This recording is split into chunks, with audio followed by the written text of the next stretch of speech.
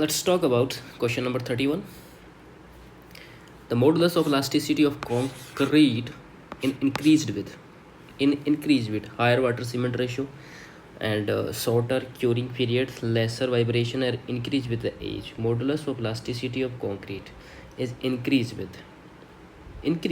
की बात पूछ रहा है, increase in the age. ठीक है, हायर वाटर सीमेंट रेशियो नहीं होगा, शॉर्ट क्यूरिंग पीरियड नहीं होगा, लेस वाइब्रेशन नहीं होगा. चलो उसकी ऑर्बिट चेक करते हैं. ऑर्बिट में चलते हैं हम लोग. ऑर्बिट क्या बोलता है? ऑर्बिट बोल रहा है मॉडुलस ऑफ इलास्टिसिटी के बारे में बात कर रहा है. तो क्वेश्चन ये पूछ रहा है कि जो ईसी होता है वो कब इंक्रीज होता है. ऑप्शन में क्या क्या दिया हुआ है? Water cement ratio, curing period, vibration और एज. तो बात कर लेते हैं एक एक बारे में, कंसेप्ट चेक कर लेते हैं. तो जो हायर स्ट्रेंथ होती हैं वो क्यों होती हैं? हायर ऑफ ईसी की वजह से. ठीक है, तो एज इंक्रीज होने से क्या होती है? स्ट्रेंथ इंक्रीज होती है. और वाटर सीमेंट रेशियो से क्या होता है? डिक्रीज होता है. समझ में आ गया आपको बात? तो कौन सा फैक्टर स्टीफनेस बढ़ाता है? तो वो है एज, क्वेश्चन के अंदर. तो यहाँ कुछ और बातें और जो ऑप्शन है उसके बारे में डिस्कस कर लेते हैं. क्या कह रहा है? Modulus of elasticity. क्या? Modulus of elasticity of concrete means E C is dependent on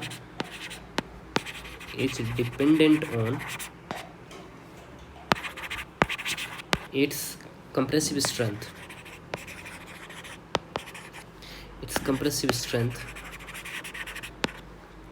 So higher water cement ratio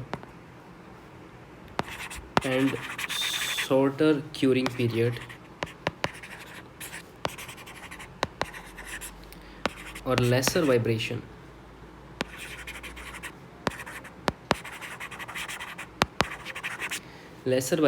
will produce concrete of lesser concrete. ठीक है, concrete lesser compressive strength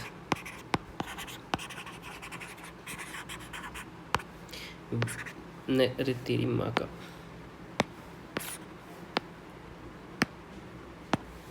बात करते हैं with increase in age compressive strength increase and therefore modulus of elasticity of concrete also increase. क्या लिख रखा है? Modulus of concrete E is dependent on its compressive strength. As increased water cement ratio, shorter curing period or lesser vibration which produce concrete lesser of compressive strength. So with an increased age of compressive strength increase and therefore modulus of elasticity of concrete also increase. Next बात करते हैं.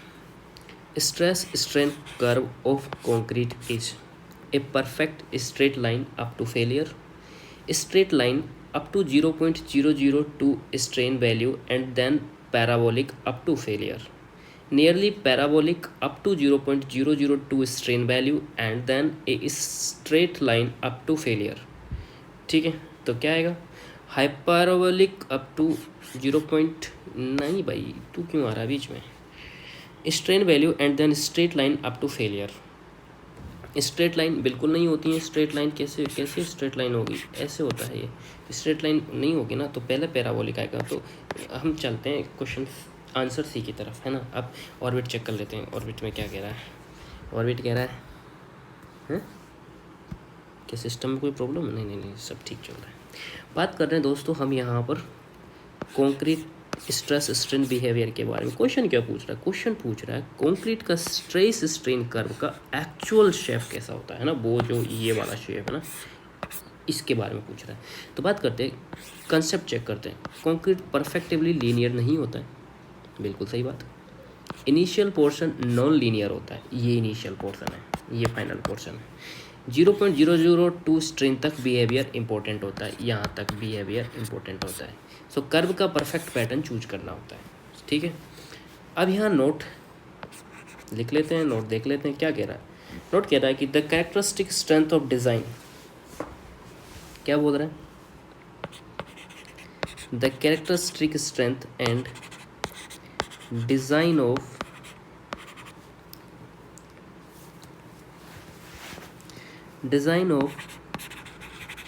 stress strain curves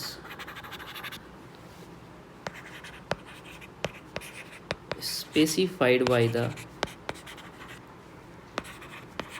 code for concrete in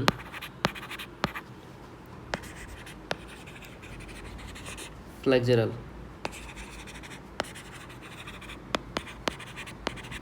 compression are depicted in figure कौन सा है? ये रहा figure, ऐसे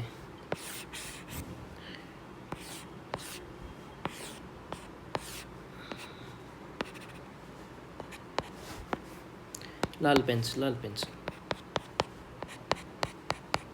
यहाँ पे क्या है 0.02 स्ट्रेन, यहाँ पे 0.003 और ये जो हो जाएगा वो हो जाएगा 0.0035। ठीक है, तो यहाँ पर जो वैल्यू आएगी इस जगह पर वो वैल्यू आएगी कितनी? 0.447 FCK।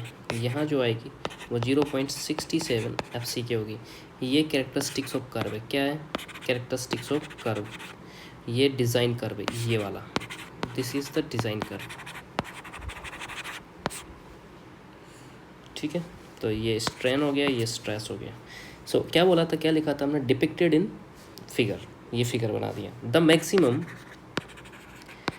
Maximum stress in concrete,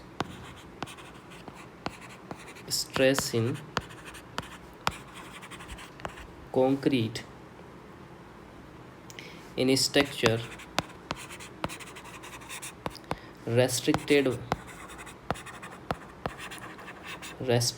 to 0.67 FCK.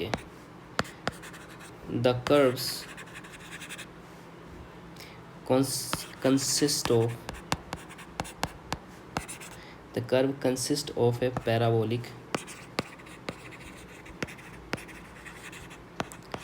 parabolic in initial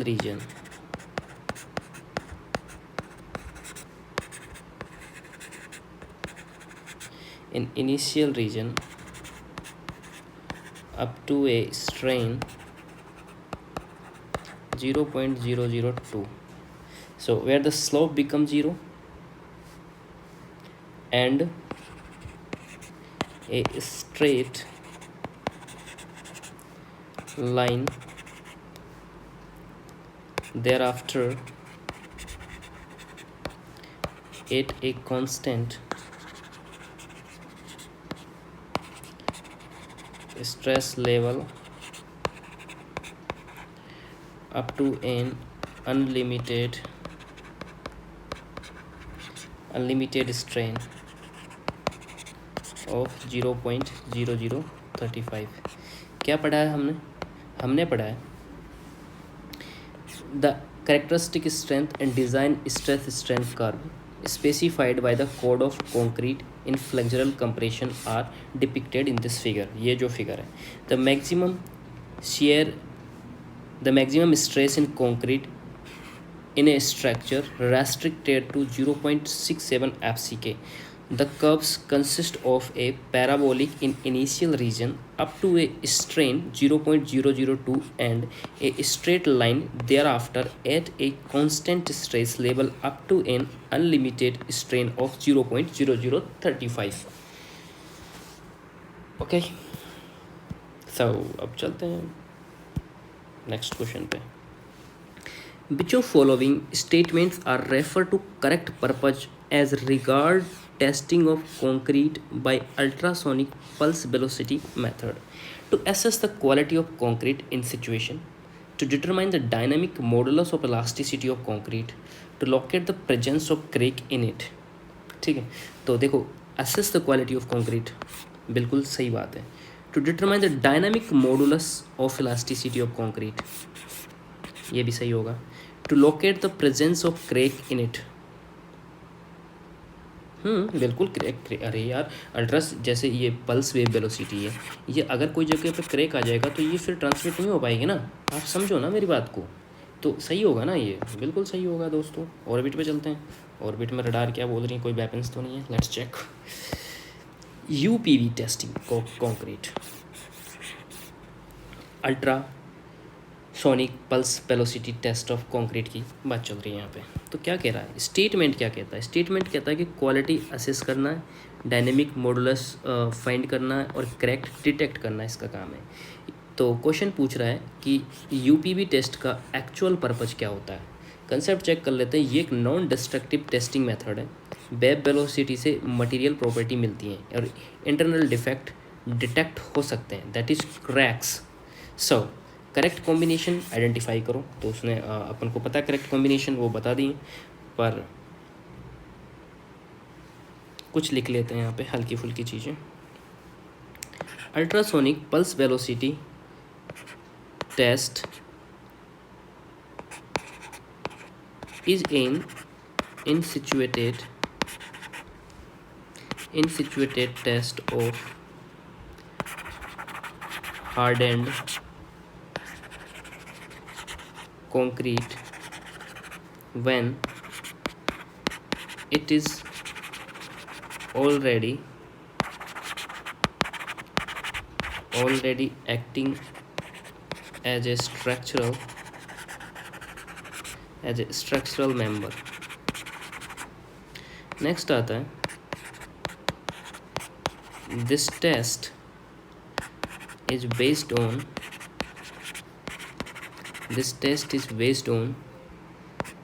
the principle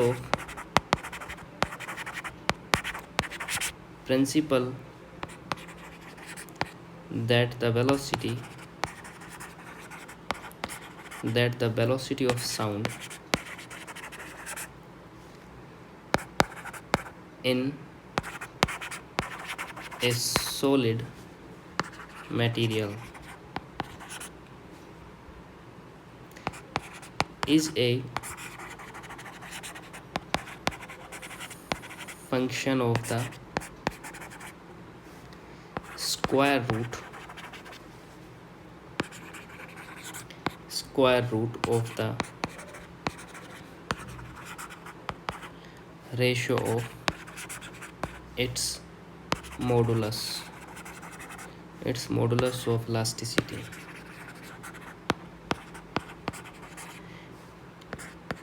e to its density rho. Higher the velocity of pulse, greater is the strength.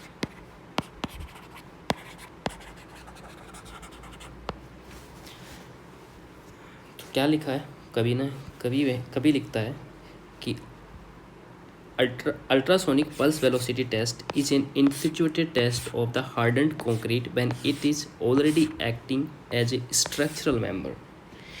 This test is based on the principle of that the velocity of sound in a solid material is a function of the square root of the ratio of its modulus of elasticity E to its density.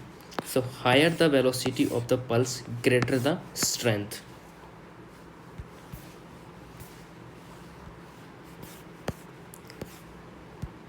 Next question कहता है, in the limit state approach spacing of main reinforcement control primarily क्या control करती हैं, cracking, deflection, durability and collapse.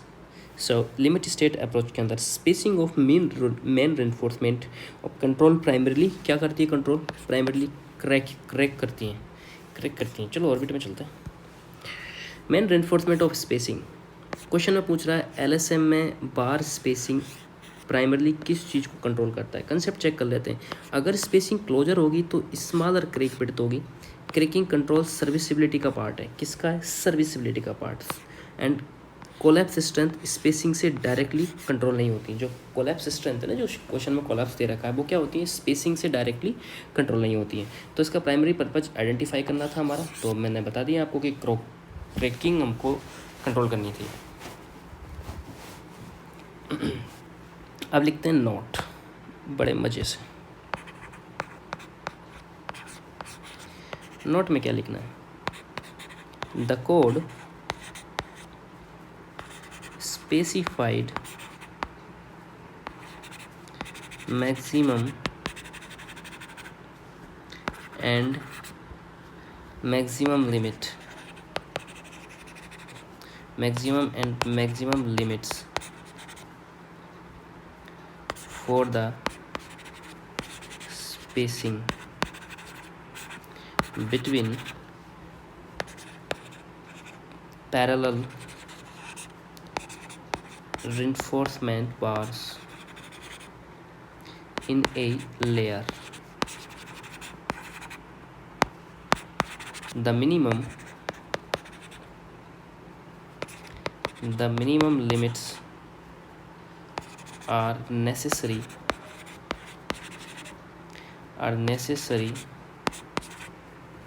to ensure that the concrete can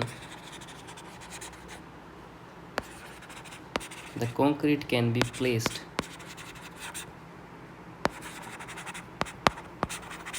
easily in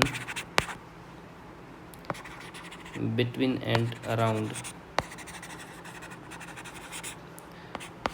the bars during the placement of fresh concrete. The maximum limit are specified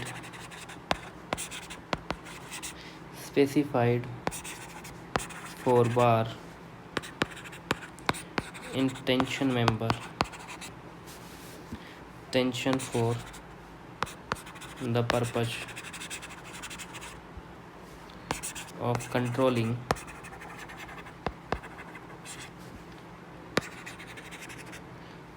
crack width and improving bond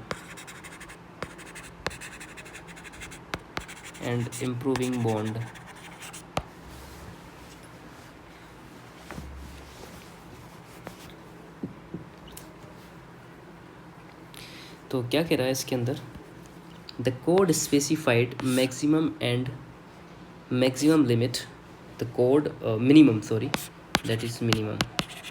The code specified minimum and maximum limit for the spacing between parallel reinforcement bar in a layer. The minimum limits are necessary to ensure that the concrete can placed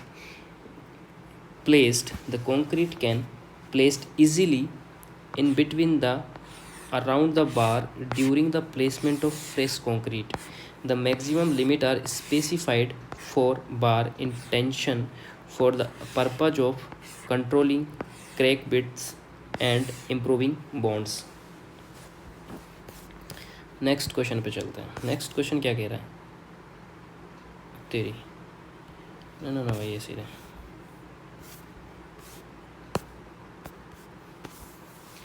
next question कहते हैं, क्या कहता है, in RCC section under flexural the assumptions that a plane section before bending remain plane after bending leads. इसमें पहला आता है strain distributions being linear across the depth, stress distribution being linear across the depth, strain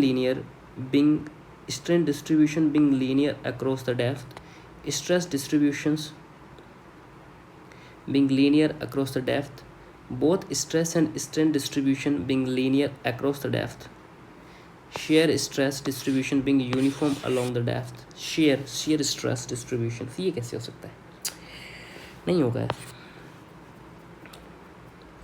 and both stress and strain distributions being linear along the depth.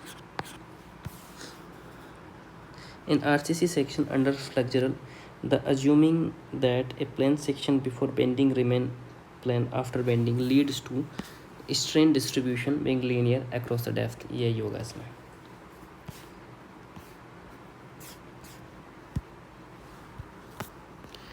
बात करते हैं plane section. Plane section remain plane. Assumption कह रहा है कि bending के बाद भी सेक्शन प्लेन रहता है. क्वेश्चन पूछ रहा था कि इस अजम्पशन का रिजल्ट क्या होता है. इस रिजल्ट का स्ट्रेन डेप्थ के अकॉर्डिंग लीनियरली वेरी करता है. पहला स्टेटमेंट सही है. न्यूट्रल एक्सिस एग्जिस्ट करता है और स्ट्रेस लीनियरली तब होता है जब मटेरियल इलास्टिक होता है. तो स्ट्रेन या स्ट्रेस में क्या लीनियर होता है, तो स्ट्रेन लीनियर होता है. ठीक है, हल्के फुल्के नोट्स लिख देते हैं इसके नीचे.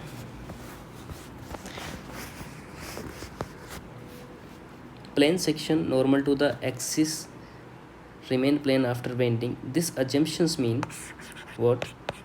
This assumptions mean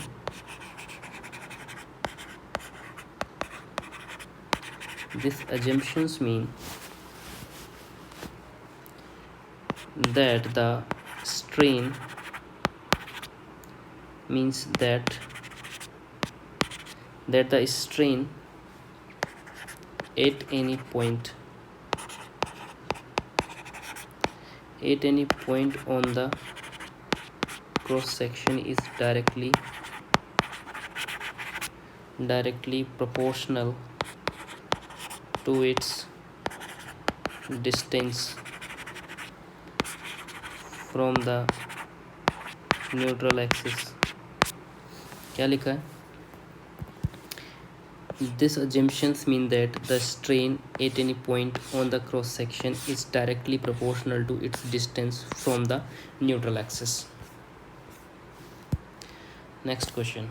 When the percentage of mica present in a sand is large, mica present in the sand, reduce the strength of mortar of concrete, increase the strength of mortar or concrete, has no effect on mortar or concrete strength, enhance the strength of concrete mortar. ये होगा but not marginally. नहीं, mica present in sand. Mica एक mineral होता है ना, तो वो तो रिड्यूस ही कर सकता है ना. Reduce the strength of concrete motor और कॉन्क्रीट. ऑर्बिट में चलते हैं. Mica is in a fine aggregate sand. Sand में माइक का परसेंटेज ज़्यादा है. तो क्वेश्चन कह रहा है कि इसके मोटार या कंक्रीट की स्ट्रेंथ पर क्या इफेक्ट होगा. कंसेप्ट चेक कर लेते हैं माइका के बारे में. माइका फ्लैकी और स्मूथ होता है, सो बॉन्डिंग में वीक करता है और वाटर डिमांड इंक्रीज करता है और सरफेस एडेशन को रिड्यूस करता है. इसलिए स्ट्रेंथ इंक्रीज होगी या रिड्यूस, तो रिड्यूस होगी स्ट्रेंथ इसकी, है ना. तो इसको समझते हैं. Mica is a deleterious mica is a deleterious ingredient.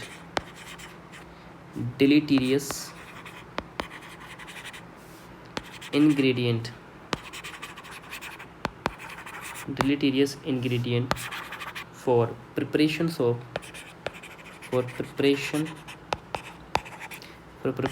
of mortar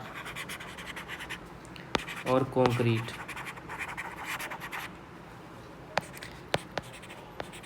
The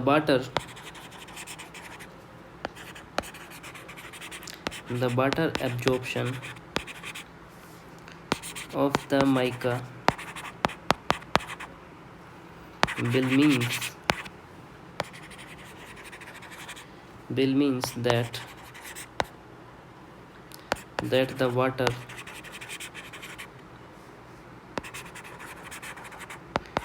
requirement of the mix will increase.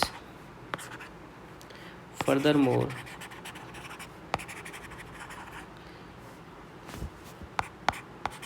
the increase in water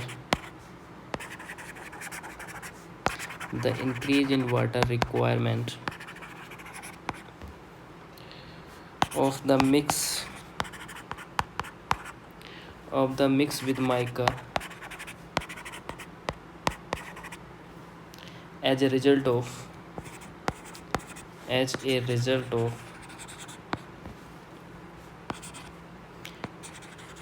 batter being used produce a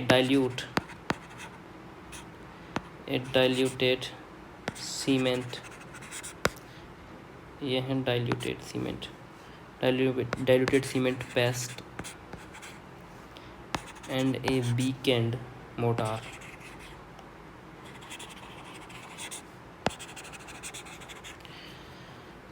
क्या लिखा है हमने लिखा है mica is a deleterious ingredient for the preparations of mortar or concrete. The water absorptions of the mica will be means that the water requirement of the mix will be higher. Furthermore, the increase in water requirement of the mix with mica as a result of water being used to produce a dilute cement paste on a weakened mortar.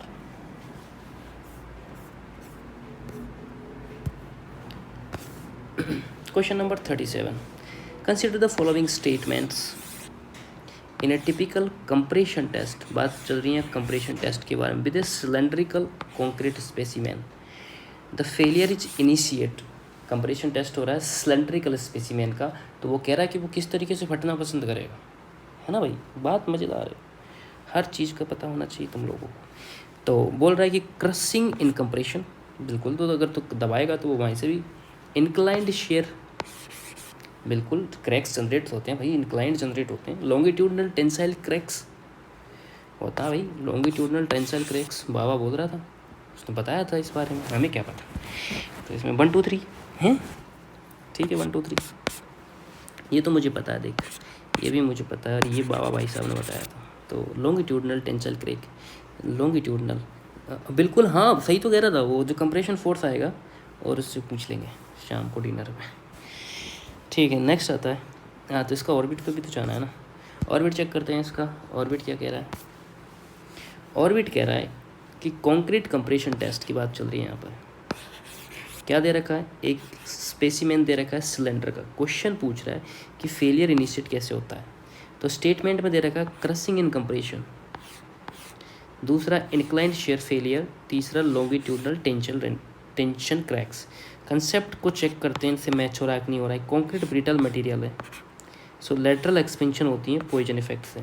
तो indirect tensile stress भी develop होता है, indirect tensile stress भी इसके अंदर develop होता है. तो actual initial failure of mechanism identify करो. तो ये सारे ही होंगे इसके फेलियर मैकेनिज्म, ठीक है.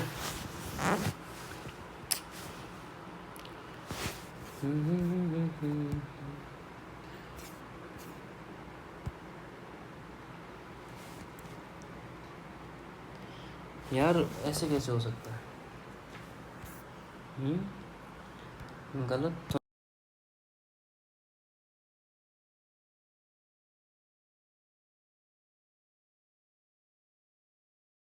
वन टू रॉन्ग ब्रो, कुछ तो गलत हुआ है क्वेश्चन के अंदर.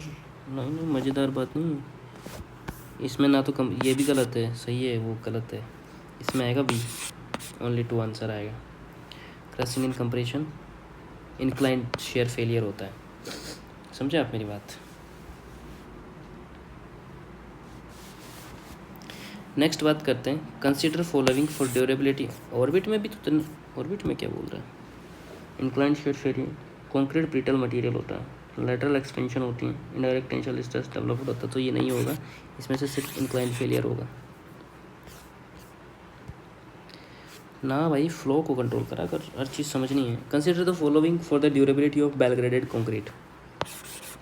Consider the following for the durability of the well graded concrete.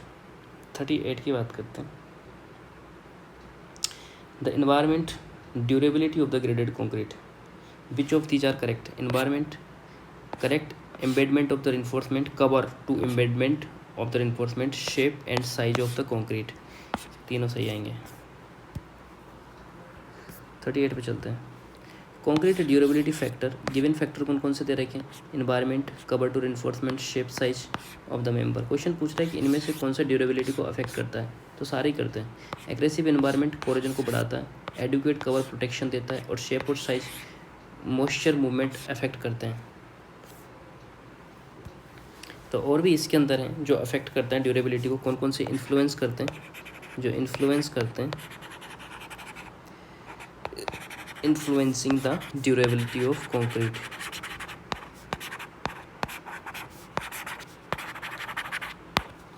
पहला है इन्वायरमेंट,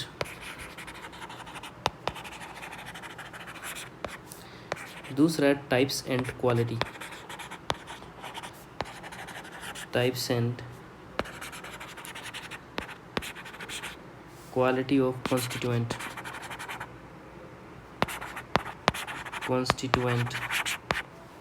मटेरियल। इसके बाद आता है cover to embedded steel, cover to embedded steel. Next आता है cement content, cement content and water cement ratio of concrete, workmanship,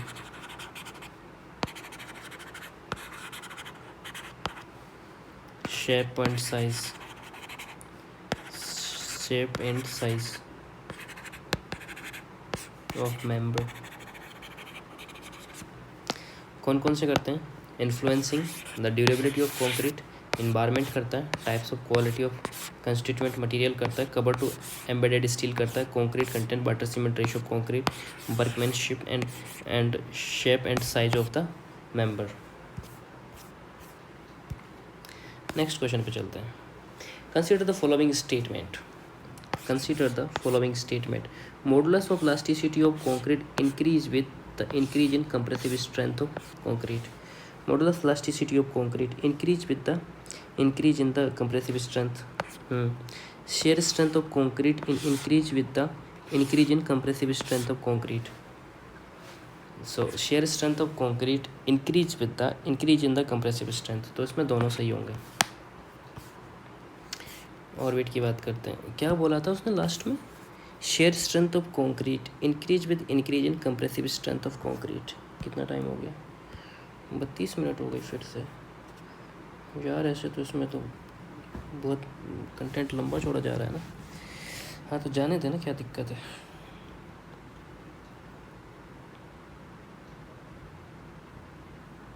ये question ख़त्म करते हैं।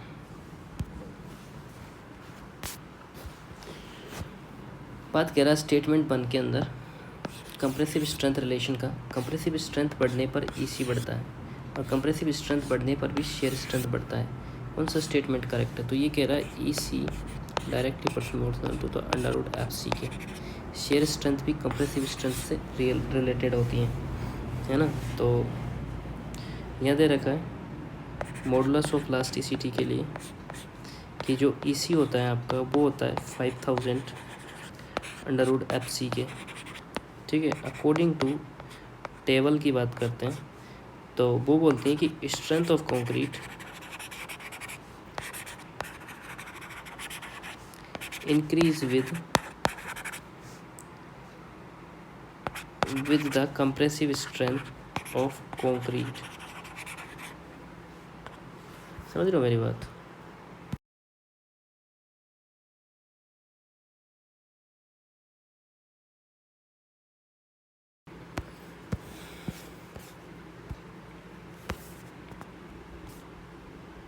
कितने क्वेश्चन है इसके अंदर? इसके अंदर 71 क्वेश्चन है। कितने हो गए? 35 क्वेश्चन, 40 क्वेश्चन हो गए।